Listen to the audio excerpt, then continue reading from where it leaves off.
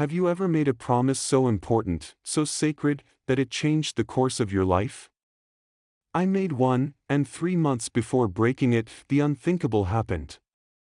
A blizzard stranded the most feared food critic in America in my small town. The only place open for dinner was my struggling diner, and the only dish I could serve him was my father's humble beef stew, the very recipe that had been slowly driving me out of business. I watched as Anthony Wright, the man who could tear down any restaurant with just a few words, took his first bite. In that moment, I braced myself for the scathing review that would finish me off. But instead, he put down his spoon, and tears started streaming down his face. Before we get into this incredible story, I'm curious, what's your ultimate comfort food?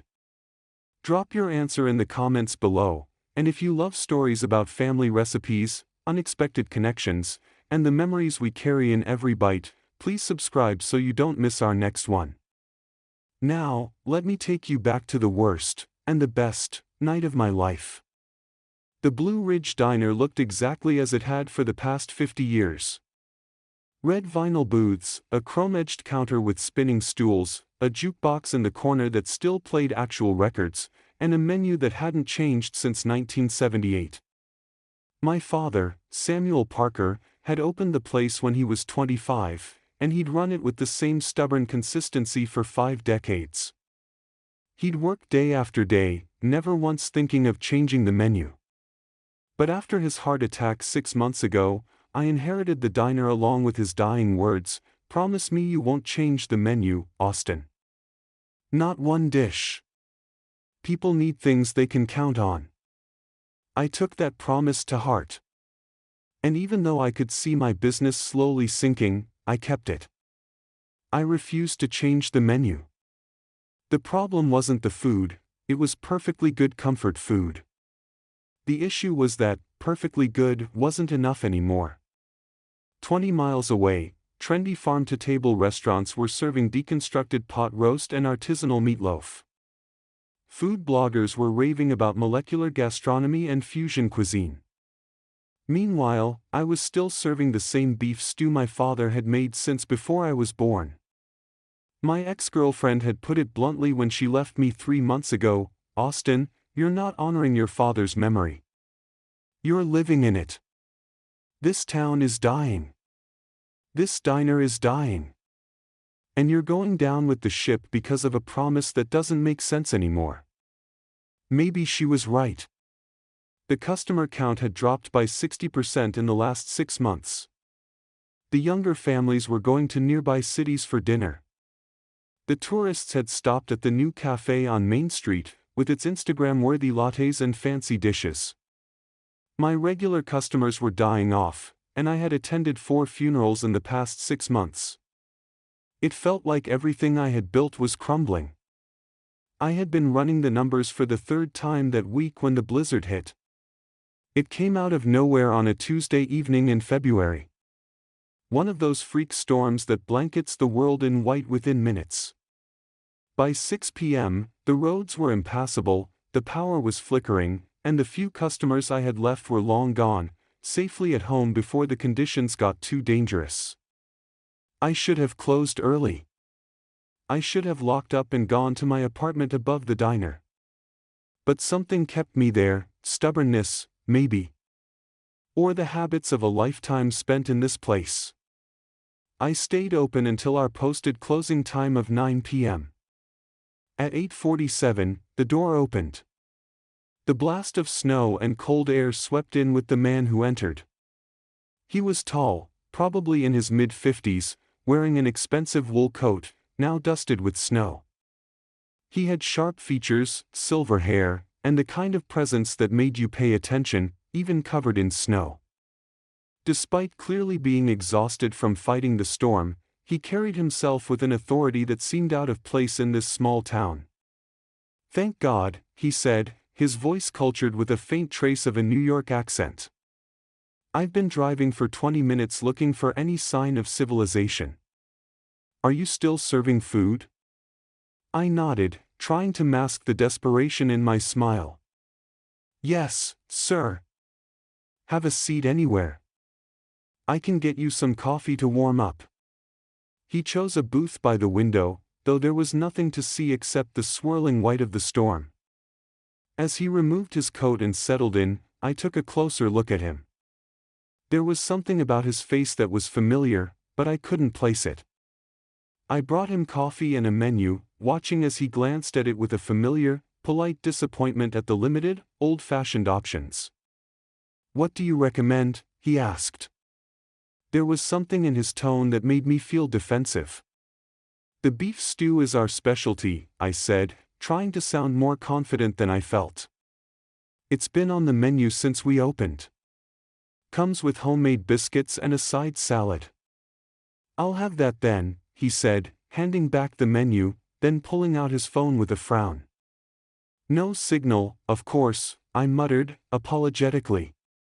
"The storm knocked out the cell tower. It'll be back by morning." I retreated to the kitchen, grateful that I'd made a fresh batch of stew that afternoon. My father's recipe was simple: beef chuck, potatoes, carrots, onions, celery, beef stock, tomato paste, and a blend of herbs that he had never written down. I'd learned it by watching him, by standing at his elbow for thousands of dinner services, absorbing the proportions and techniques that he claimed made all the difference. "It's not fancy," he used to say, "but it's honest. Every ingredient matters, and you never rush it. Good stew is like good friendship. It takes time to develop the flavor." As I ladled the stew into a bowl and plated 2 of the biscuits I'd made fresh that morning, I felt the familiar weight of inadequacy. This was comfort food, diner food. Nothing special. The kind of meal that made people feel at home, but it wasn't going to save my business or make anyone think I was anything more than a small-town guy serving his dead father's recipes. I brought the meal to the stranger along with butter for the biscuits and a glass of water. He nodded his thanks and picked up his spoon. And that's when it hit me. I knew exactly who he was. Anthony Wright. The most feared food critic in America. The man who had shut down a 3-Michelin-star restaurant in Manhattan with a single devastating review. The writer whose columns in Culinary Quarterly could make or break a restaurant's reputation overnight. And I had just served him my father's pedestrian beef stew in a dying diner in the middle of nowhere. My heart started pounding. What was I going to do? Would he destroy everything with a single line? My father's legacy, the promise I'd made, everything I had left was about to be judged by this man. I couldn't breathe as I watched him take another bite. The silence in the diner was deafening. It was as if time had frozen, and all that mattered in that moment was the bowl of stew in front of him. The man who could make or break me, who had crushed entire restaurants with his ruthless reviews, was now tasting the one thing I had left to hold on to. He looked down at the stew, then slowly lifted his eyes to meet mine. For a brief second, I thought I saw something soften in his gaze, maybe even pain. I wasn't sure, but I couldn't look away. His spoon clattered back into the bowl. And then, to my utter disbelief, tears started streaming down his face. I stood frozen behind the counter, unsure of what to do. My heart raced in my chest. Had I poisoned him? Was he having some kind of allergic reaction? Should I call for help? But no, he didn't seem to be in pain. His shoulders shook slightly, and he wiped his eyes with a handkerchief, but the tears kept coming. He took another spoonful of stew, and by then, I couldn't stand it anymore. I walked over to his booth, my steps tentative. "Sir, are you okay? Is something wrong with the food?" He looked up at me, his face red and blotchy, his eyes full of emotion. For a moment, I wondered if I had done something wrong. Was this some kind of cruel joke? Then he spoke, his voice thick with emotion. "Where did you get this recipe?"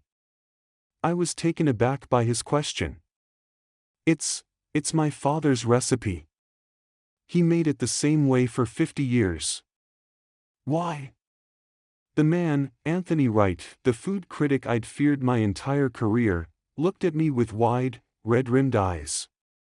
His voice was barely a whisper when he spoke again. This tastes exactly like my mother's stew.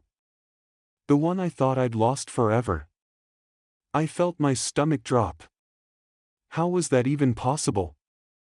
My father had made that stew every day since the diner had opened. The recipe was old, passed down from his mother, and nothing ever seemed to change. "You're saying, this tastes like your mother's stew?" I asked, almost incredulously. He nodded, his voice growing more strained. "I've been searching for this flavor for 20 years. My mother died when I was younger. She never wrote anything down. She cooked by feel, by instinct. And this is it. This is her stew." I sat down across from him, the weight of his words settling heavily in my chest. I didn't know how to respond. The stew, something I'd always seen as nothing more than comfort food, was now connected to someone's memories, someone else's mother. "Mr. Wright," I said softly, "I don't understand. How could this be your mother's recipe?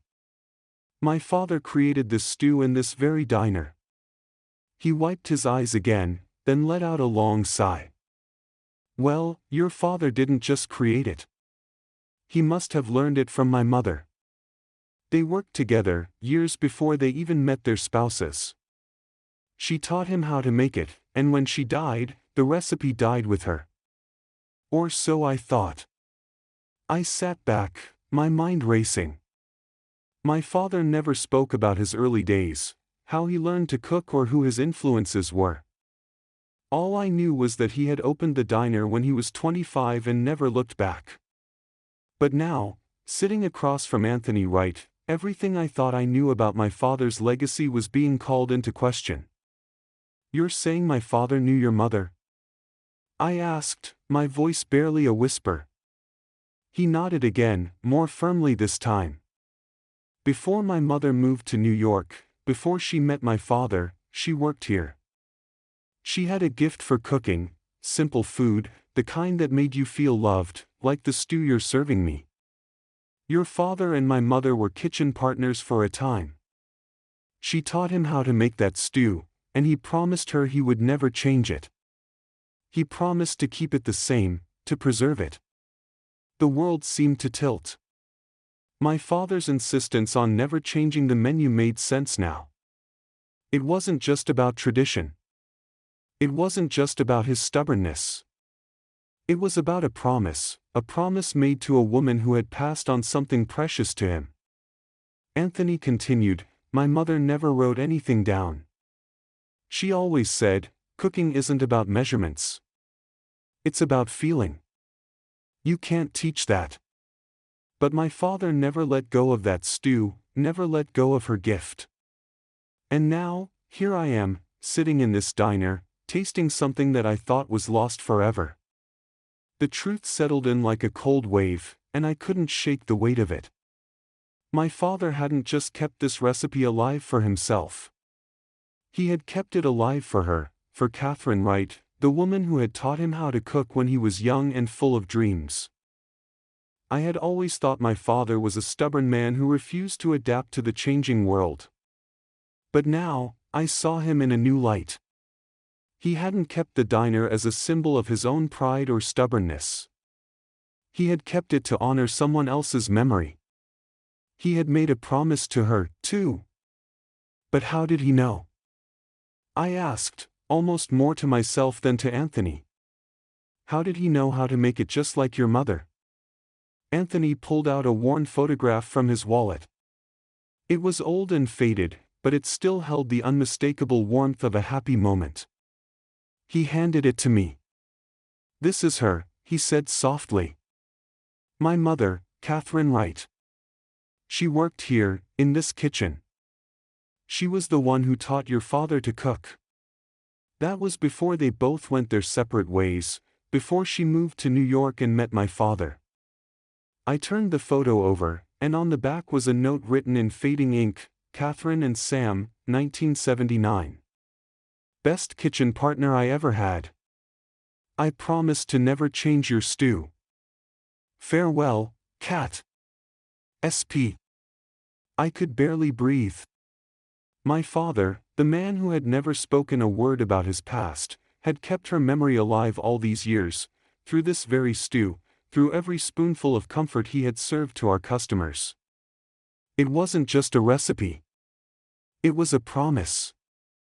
So, my father didn't just preserve the recipe for me, I said, my voice thick with emotion. He kept it alive for her, too. Anthony nodded slowly. He did. He promised her. And your father kept his word. All these years, he's been honoring that promise. You've been honoring it too, without even knowing why. My eyes welled with tears, but I couldn't speak. The diner, the stew, my father's legacy, it was all starting to make sense in ways I never imagined. It wasn't just about serving food. It was about preserving memories. About keeping promises. And about the connections that tie us to the people we've lost. I looked at Anthony, and for the first time, I saw him not as a critic, but as someone who understood the importance of tradition, of preserving the past. Mr. Wright, call me Anthony, he interrupted with a small, weary smile. Anthony, I said, I don't know what to do with this place. It's dying. The world has moved on, and I'm stuck here, serving my father's food to a world that doesn't care. You're wrong, Anthony said, his voice firm now.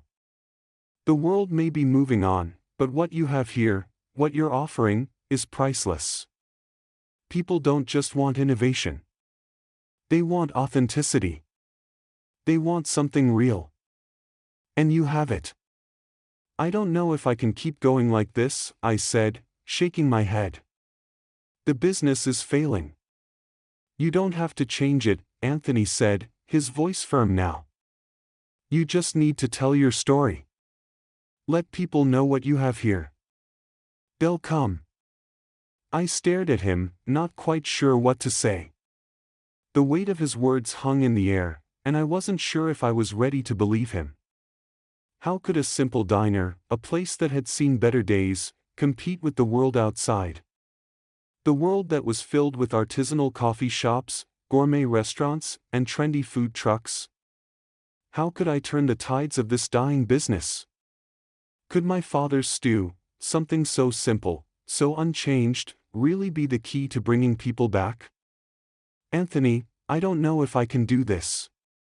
This diner has been my life, but I feel like I'm living in the past, stuck with promises and memories. I felt the lump in my throat again. I don't know if people care about this old food anymore.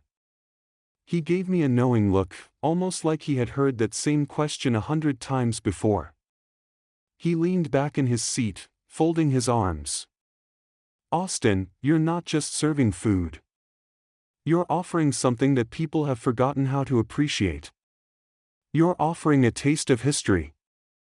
A connection to something real, something meaningful. People don't just come for the food, they come for the feeling of home, for the memories they've lost. I looked at the diner around us, the red vinyl booths, the worn-out menus, the faded jukebox still tucked in the corner. It all seemed so outdated, so far removed from the polished, shiny, Instagram-worthy spots that were making waves in the food world. I don't know, I said softly, staring down at the counter. It feels like it's too late. People have already moved on. You're wrong, Anthony insisted again, his voice gentle but firm. There's a place for real food. Honest food.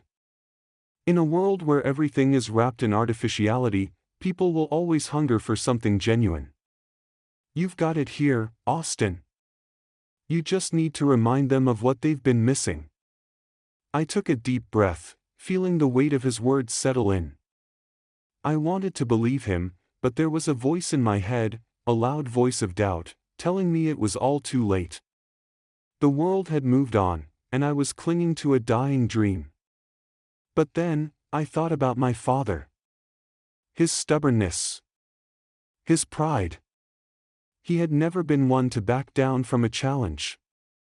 He had poured his heart and soul into this diner, into this food, into preserving something that mattered. And now, I was standing at a crossroads, just like he had been, only I didn't know what direction to take. So, what should I do? I asked, my voice barely a whisper. What's the first step? Anthony leaned forward, his eyes locking onto mine with a seriousness I hadn't seen before. You need to tell your story, Austin. You need to share what you have here, what your father did, what Catherine Wright did. Let people know that this diner is more than just a place to eat. It's a living piece of history. You have a connection to the past, and people will come for that. They need to hear it. But how? I asked. I don't even have a website. I don't have social media. I don't know the first thing about marketing. Anthony smiled, his eyes crinkling at the corners. You don't need all that to start. You just need to begin. People still care about stories. You have one of the best stories out there, and it's right here in this diner. Start small. Share your story with the people who come through that door. Word will get around. But what if they don't come? I asked, the fear creeping back into my voice. What if nobody cares about the story? What if it's not enough? He placed a hand on my shoulder. You'll never know unless you try. What's the worst that can happen? You've already lost most of your customers. The only way to go is up, right? I looked at him, uncertain but willing to try. The idea of telling my story, of connecting with the past in a way that mattered, it felt like a spark of hope. Maybe it was foolish, maybe it was naive, but it was something I could hold on to. I thought about what Anthony had said, about the diner being more than food, about the memories it carried. My father had always believed that good food wasn't just about the ingredients. It was about the love you put into it, the time you took to make it right. Maybe that was the difference. Maybe people weren't looking for something new, they were looking for something real. Something they could hold on to. The storm outside had slowed, but the night was still cold. We continued to talk, about food, about life, about loss. Anthony shared stories of his mother, Catherine Wright, about how she used to sing while she cooked, how she had a gift for making the simplest meals feel like something extraordinary. I shared stories of my father, of his stubbornness, his work ethic, and how he had always kept his promise to Catherine. We laughed, we reminisced, and by the end of the night, I felt like a weight had been lifted. Anthony had given me a glimpse of something I hadn't seen in a long time, hope. Hope for the diner. Hope for my future. As we said our goodbyes, Anthony asked, "Can I see your kitchen?" I led him through the swinging door into the small but well-maintained kitchen. It wasn't much, an old 6-burner stove, a fridge that had been around longer than I had, and a counter filled with well-worn wooden boards. The tools of the trade were simple, nothing fancy, but they worked. They were reliable. "This is exactly the kind of kitchen my mother loved," Anthony said, running his hand over the counter. Simple, honest, made for people who knew what they were doing. He turned to me with a thoughtful look. "You don't need fancy equipment or modern trends to make something great. You just need the right ingredients and the right heart." I stood there, looking around at the familiar surroundings. Maybe Anthony was right. Maybe the future wasn't about keeping up with trends or following the latest food fad. Maybe it was about staying true to what mattered. Staying true to the food that had been passed down through generations. "I'll think about what you said," I told him. "I'm not sure where to start, but I'll think about it." "I know you will," he said with a smile. "You're on the right track, Austin. You're honoring something important, and that's something worth sharing." The storm had passed, and the roads were clear. Anthony had gone back to New York, but before he left, he had sent me an email with a draft of something he'd written. It wasn't a review, it wasn't an article, it was a story. His story about his mother's stew, about my father's legacy, and about the Blue Ridge Diner. I opened the email, my fingers trembling as I clicked on the attachment. I began reading. The Stew That Stopped Time. A personal essay by Anthony Wright. It wasn't a critique. It was a love letter to food, to family, to memories that survived time. Anthony wrote about the blizzard, about the diner, and about the meal that had brought him back to his childhood. He wrote about how the stew had transported him, how it had given him something he had been searching for all his life. As I read, I felt a lump in my throat. This wasn't just a food story. This was about something bigger. It was about love, connection, and the things we carry with us, even when the world changes. By the time I finished reading, I knew what I had to do. I couldn't hide anymore. I had to share my story, just like Anthony had shared his. It was time to stop pretending that the world had moved on. It was time to embrace the past and let it guide me into the future. That morning, I woke up with a renewed sense of purpose. The email from Anthony had sparked something inside me. It was as if a light had flickered on in my brain, illuminating the path forward. I had been so focused on survival, so obsessed with keeping up with trends and keeping my father's diner alive in a world that seemed to leave us behind. But now, I realized, I wasn't supposed to be fighting against the world. I was supposed to be showing it something real, something that had withstood the test of time. The Blue Ridge Diner was never going to be a farm-to-table, trendy cafe with artisanal lattes and avocado toast. But what it could be was something that mattered. Something authentic. Something that carried the weight of generations, a place where the food wasn't just made to fill a stomach, but to evoke memories, to connect people, and to remind them of something simpler, something worth preserving. I spent the next few days thinking about Anthony's words, about my father's legacy, and about the promise I had made. I couldn't change the menu, I couldn't reinvent the diner, and I didn't want to. But what I could do was tell its story. I could share the history behind the stew, behind the diner, behind everything my father and his kitchen partner, Catherine Wright, had built together. I decided to start small. I couldn't afford a fancy website or social media campaigns, but I could start with the people who still came to the diner. I could make them part of this story. So, I printed up a few simple flyers. It wasn't anything fancy, just a few paragraphs about the history of the diner, the recipe for the stew, and the promise my father had kept for 45 years. I didn't know if it would work, but I figured it was worth a shot. After all, what did I have left to lose? That evening, as the sun began to set and the lights of the diner flickered on, I placed the flyers on the counter, next to the register. I had a feeling it would be a quiet night.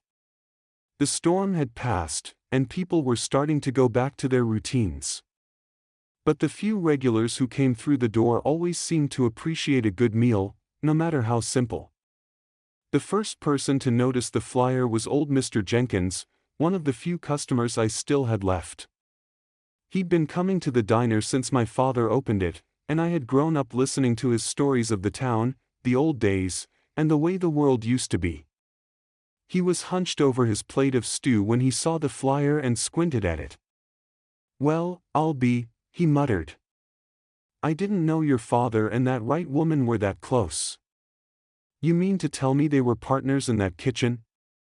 I nodded, watching him carefully. "Yeah," I said. "They were partners in more ways than one. My father learned how to cook from her before he even opened this place. She taught him the recipe for that stew, and he promised her that he'd never change it." Mr. Jenkins chuckled softly, shaking his head. "Well, I'll be damned. I always thought your father just kept things simple because he was stubborn, but now I see. That stew, it's more than just food. It's history. He smiled and took another bite. That's when I realized that the story wasn't just mine to tell. It belonged to everyone who had ever walked through those doors. The people who had eaten my father's stew and remembered it as the taste of home, the taste of the past. The people who still came back, year after year, even though the world around them had changed.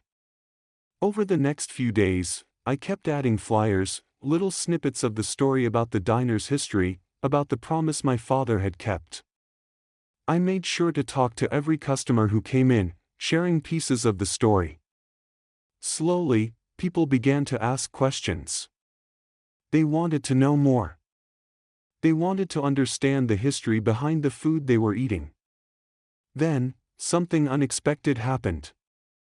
One afternoon, as I was cleaning the counter, the door opened, and a woman stepped inside.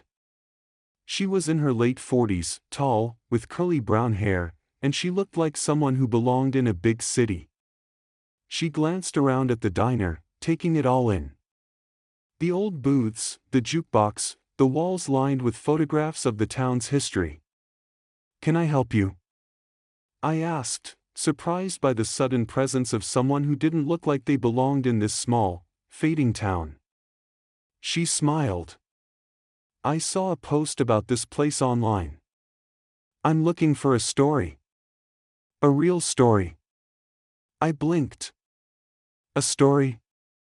"Yes," she said, pulling out her phone. "I write for a food magazine in New York. We're doing a feature on forgotten diners, places that have a history and a story behind them. This diner, your diner, seems like exactly what we've been searching for. I read about the stew, about the history. I'd love to write about it." I stood there, speechless, trying to process what she was saying. A food magazine? An article about the Blue Ridge Diner? It felt like a dream, like something out of a movie. But she was serious. She was already pulling out a notebook and asking questions. "How long has this diner been here?" she asked. "How did your father come to open it? Who was Catherine Wright?" I told her everything I could remember. About my father and Catherine, about the promises made, about the food that had kept this place alive for so long. I shared the story of how the stew had become more than just a dish, it had become a symbol of love, loss, and memory.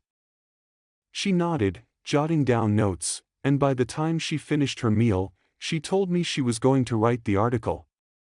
She promised to get in touch with her editor, and we exchanged contact information. As she left, I stood there in disbelief. Could this really be happening? Could the diner, my father's legacy, actually get the attention it deserved? Could people finally understand what I had been holding on to all these years? That night, I went to bed feeling a sense of hope that I hadn't felt in a long time. Maybe the diner wasn't just a relic of the past. Maybe it had a future.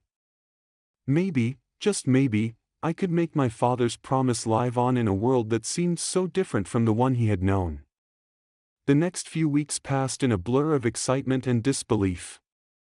After the food magazine article was published, things began to change in ways I hadn't even considered. For the first time in a long while, the diner was buzzing with energy. People were coming in, new faces, old faces, some just passing through, others with a purpose. And the word of mouth?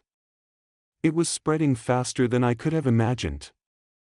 Anthony Wright's influence was still working its magic. The article he had written about my father's stew, about Catherine Wright, and about the diner's history had gone viral in the food world. The story of two cooks, two promises, and a single recipe had captured people's imaginations.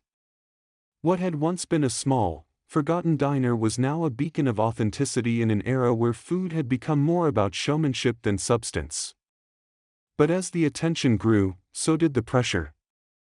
The diners now expected more. They came with high expectations, their eyes gleaming with curiosity and excitement. They wanted to taste the stew that had stopped time, to sit in the same booths where Anthony Wright had found a connection to his lost past. The diner, my father's legacy, had become more than just a restaurant. It was a symbol. A place where history lived, where stories were shared, and where the food was made with care, with love, and with purpose. I didn't know how to handle the sudden surge of interest. At first, it felt overwhelming. The staff I had brought in could barely keep up with the demand. The kitchen was running at full throttle, and the old stove that had served us for decades seemed to be holding up by sheer willpower. But we managed. We adjusted. We found new ways to serve the food while keeping the heart of what my father had built intact. One evening, as I wiped down the counter after closing, I realized something. The fear that had plagued me for so long, the fear that I was failing my father, my customers, and myself, it had faded. What I once feared as inevitable had turned into something I could manage. The diner was alive. My father's legacy wasn't just surviving, it was thriving.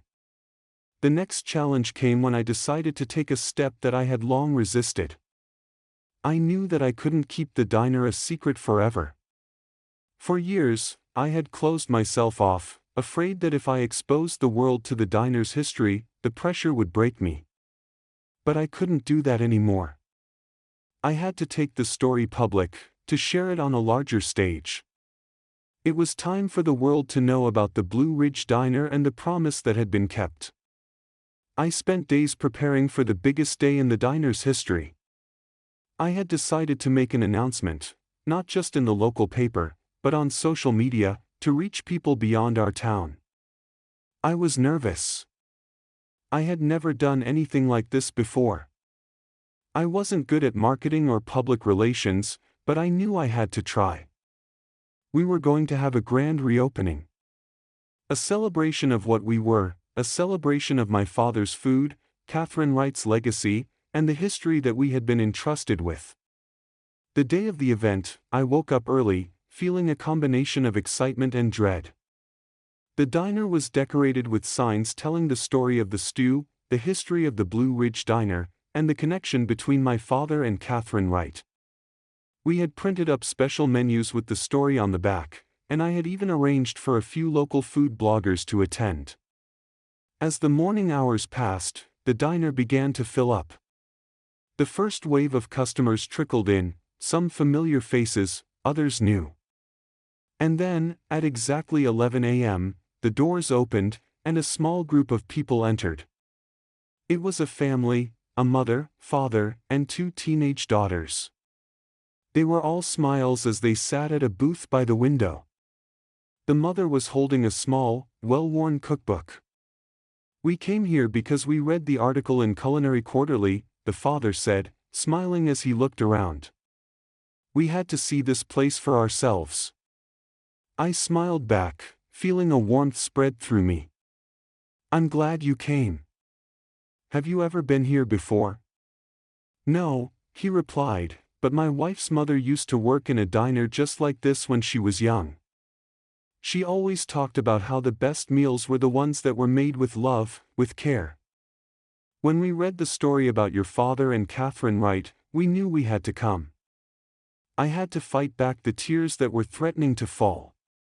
The fact that people, strangers, were coming here because of the story, because of the history, meant more to me than I could put into words. "Let me guess," I said with a grin. "You want to try the stew?"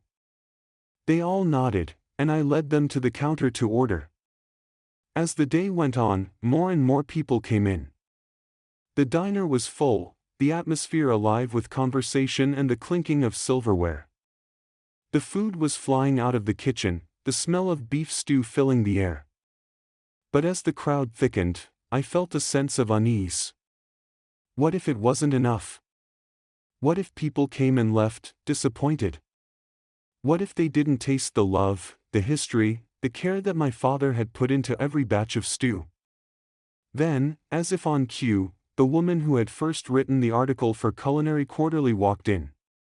She was smiling, holding up her phone. I came back, she said, setting her phone down on the counter. I had to try it again. You've been here before? I asked, confused. Yes, she replied, her eyes sparkling. And I just wanted to see if it was still the same, if the magic was still there. And it is. I felt a rush of relief. The diner wasn't just surviving, it was succeeding. People were coming back. The world was starting to understand what I had known all along, that the Blue Ridge Diner wasn't just a restaurant.